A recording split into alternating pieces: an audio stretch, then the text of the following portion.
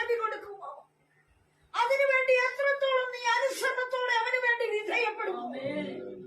ആമേൻ. അവന്റെ വാക്കിന് സഹിഷ്ണുത കാണിച്ച് അവന്റെ മുമ്പിൽ വിധേയപ്പെട്ട് ഏൽപ്പിച്ചു കൊടുക്കുമ്പോ അത്രത്തോളം മറുവശത്ത് വിടുതലറിയ കർത്താവ്. ഹല്ലേലൂയ. ചില സമയത്ത് മൗനമായിരിക്കുമ്പോ അവൻ പ്രവർത്തിച്ചില്ല എന്ന് നിനക്ക് തോന്നരുത്. അവൻ മഹാമത്സ്യത്തെ ശീമോന്റെ പടകിലേക്ക് അവൻ വിളിച്ചെടുപ്പിക്കുന്ന കർത്താവ്. ഹല്ലേലൂയ. ഇതുവരെ നീ കാണാത്ത ചില അത്ഭുതങ്ങളും ചില അടയാളങ്ങളും ചില വിടുതലുകളും നിനക്ക് വേണ്ടി അവൻ ഒരുക്കിക്കൊണ്ട് നിന്റെ സഹിഷ്ണുതയെ പരിശോധിച്ചു കൊണ്ടിരിക്കുക.